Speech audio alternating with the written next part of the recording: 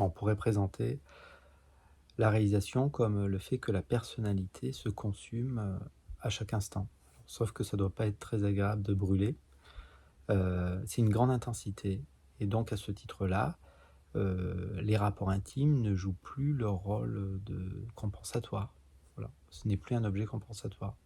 Donc les rapports intimes s'inscrivent dans tout le reste. Voilà. Ça, c'est quelque chose qui se présente, qui peut se présenter, qui est pleinement vécu comme tout le reste.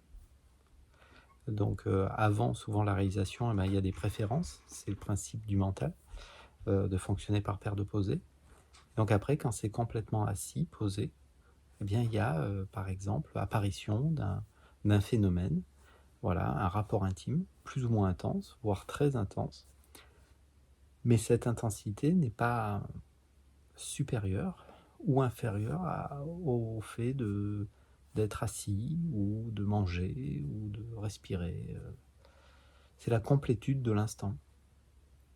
Donc c'est cette très grande présence à ce qui est, on pourrait dire que toute l'énergie qui était gaspillée à suivre des pensées, eh bien, est redirigée, il semblerait, vers maintenant, et donc vers la texture de maintenant. Donc c'est très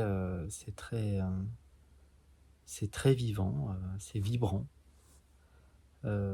c'est silencieux, c'est présence, vous connaissez tous ces mots-là, hein, voilà. Donc il ne s'agit pas d'abandonner quoi que ce soit, mais il y a souvent plein de choses qui sont abandonnées avec la réalisation. La réalisation, c'est reconnaître ce que je suis, ce que nous sommes, en amont. Voilà, en amont voilà, de l'histoire, en amont du mental, en amont de la forme, hein, tout simplement. Donc cette reconnaissance nous amène à un mystère, puisqu'on est toujours dans une forme de présence qui observe, comme si on essayait d'explorer l'insondable. Donc ça pourrait vite se terminer dans une forme de silence. Et on peut concevoir certains qui partageraient simplement du silence. Voilà. Donc il y a quelque chose qui est tout le temps là pour nous tous. Quelque chose qui est en amont de ce qui apparaît, de l'expérimentation du du petit bonhomme, du petit personnage qui... Voilà, il y a quelque chose avant cette vidéo, pendant la vidéo, après la vidéo, par exemple. Donc il s'agit d'essayer d'explorer, même si on ne pourra pas, hein, bien sûr, le faire, d'essayer d'explorer cet espace qu'il perçoit. Regardez s'il est localisé dans l'espace ou non. Donc on est tous ça. Voilà. C'est juste une question de focale, voilà, on pourrait le dire ainsi. Donc les rapports intimes, c'est comme tout le reste. C'est pas obligé que ça disparaisse, vraiment. Mais on court beaucoup moins derrière. Voilà. Ceux qui couraient derrière, eh ben, naturellement, courent plus derrière, puisqu'en fait, il y a déjà une telle intensité de maintenant que, oui, encore une fois, ça peut paraître curieux, parce qu'effectivement, avant qu'on ait réalisé, on se dit non, mais non, c'est très intense, c'est très fort. Voilà. Effectivement, ceux qui ont une appétence pour les rapports intimes, bah, naturellement, on ne pense pas que tout peut avoir la même saveur, et que si tout avait la même saveur, ça serait de la platitude, ça serait la banalité. Non, c'est de la paix. Enfin, la paix, la joie, tout ça, c'est un peu la même chose. C'est maintenant, c'est la vie maintenant. Donc il y a quelque chose qui est là avant le rapport, pendant le rapport, après le rapport. Et c'est la même chose qui est là avant la vidéo, pendant la vidéo, après la vidéo. C'est là qui est avant que je me brosse les dents, pendant que je me brosse les dents, après que je me brosse les dents. Donc c'est une question de vécu continu. Voilà.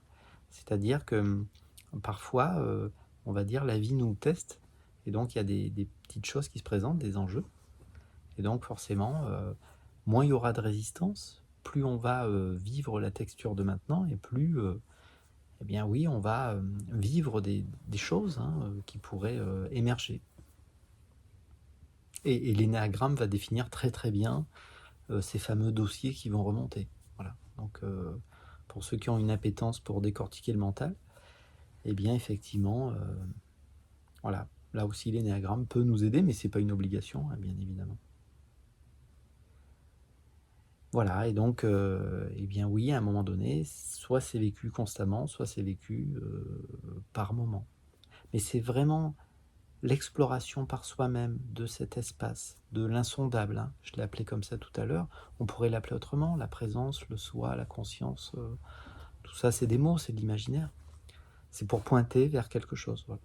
Donc soit on est dans cette exploration très profonde, voilà, très conséquente, tout le temps en fait, voilà. Certains d'entre nous, parce que certains ont vécu des souffrances très très intenses, d'autres des sadhanas, d'autres, voilà, à un moment donné, lentement, on finit au début par s'habituer à ce silence, hein, qui est toujours là, cette présence, à s'en accommoder, hein, à être ami avec cette sensation. Et puis à un moment donné, on se rend compte, mais je ne pouvais pas être ami avec cette sensation de présence, parce que je suis la présence. Voilà. Donc je ne rentre pas dans la présence, je suis la présence. Il n'y a personne qui médite. À un moment donné, si vous méditez, bon, ça va, c'est mécanique, j'allais dire. Ça correspond aussi à l'abaissement des fréquences cérébrales. À un moment donné, quand c'est totalement posé, vous vous rendez compte qu'il n'y a absolument rien à faire pour être. Donc lors du rapport intime, ben, il n'y a plus de scénario qui se présentent, etc., des images, des sensations. C'est possible, mais c'est des objets perçus. Donc vous vous laissez plus, voilà, vous laissez plus embarquer par des désirs, des projections, des trucs. Ça peut, j'imagine que ça peut, ou comme un jeu de la conscience, mais plus ça va être rétabli, et plus ça va être silencieux, plein, qui défend rien, voilà, qui compare pas. Voilà. Et il en va de même avec les autres choses, donc avec les autres objets compensatoires qui eux aussi sont appelés de toute manière à disparaître. Ils peuvent disparaître, mais c'est pas une obligation. On prend souvent l'exemple du sage qui fume, etc., ou qui prend un verre de vin. C'est possible, voilà. Ou pas. Voilà. Donc, si je vous partage de ce qui est vécu ici, ça a plutôt arrêté l'alcool, le café, tout ça, la cigarette, évidemment. Mais il ne s'agit pas d'être pur, hein. C'est juste que tous ces objets n'ont plus un rôle compensatoire. Sont plus là, sont plus destinés, pour employer un autre mot, à combler des manques, des stress, des peurs, des anxiétés, bon, tout ça. Et c'est une sensation qui est embrassée à chaque instant. Donc c'est pour ça que la personnalité ne pourrait pas se recréer. Même si le mental voulait se recréer, ça ne serait pas possible. Voilà, donc il reste des pensées fonctionnelles. Mais pas trop de projections, je crois pas, hein, voilà. Et ça, on peut vraiment tous le vivre, j'en suis convaincu. Et pourquoi je le partage? Parce que c'est ce qu'on recherche tous. Voilà, vraiment, c'est ce qu'on recherche. Cette simplicité, cette fluidité, le fait d'être maintenant, le fait de ne pas se prendre la tête. Voilà, c'est très joyeux, quoi. C'est plein, ouais, c'est un mystère, mais voilà, peut-être à bientôt. Alors on peut regarder, hein, si vous voulez, parce qu'on se rend disponible. Voilà, j'imagine ici, ça a envie de se rendre disponible. Forcément, parce que Aurélien a tellement souffert, je le dis des fois, mais il a tellement pas cherché dans la bonne direction. C'est tellement ce qu'on recherche, cette pleine, oui, cette pleine exploration permanente. C'est comme une exploration permanente, mais automatique. Il n'y a personne qui explore, il n'y a personne qui est dans une démarche de faire quelque chose. C'est là, c'est présence, quoi. Donc s'il y a l'appétence, l'élan de faire un petit rendez-vous pour regarder quelque chose, une question, bah, voilà, si vous souhaitez, vous trouverez en commentaire. Voilà. C'est la moindre des choses. C'est tellement... C'est pas trop des mots que j'emploie parce qu'il n'y a pas vraiment eu de chemin ici spirituel, c'est passé par la souffrance extrême. Hein, donc... Et c'est pas une obligation, la souffrance extrême, il faut pouvoir le dire aussi. Hein. Oui, ça peut être vu, bon, entre guillemets, comme une grâce, quoi. Parce que la personne ne peut pas aller au-delà de la personne. Donc tant que je pense que je suis une personne ou un personnage spirituel qui est sur un chemin qui va m'amener à la réalisation du soi, c'est pas comme ça marche pas comme ça.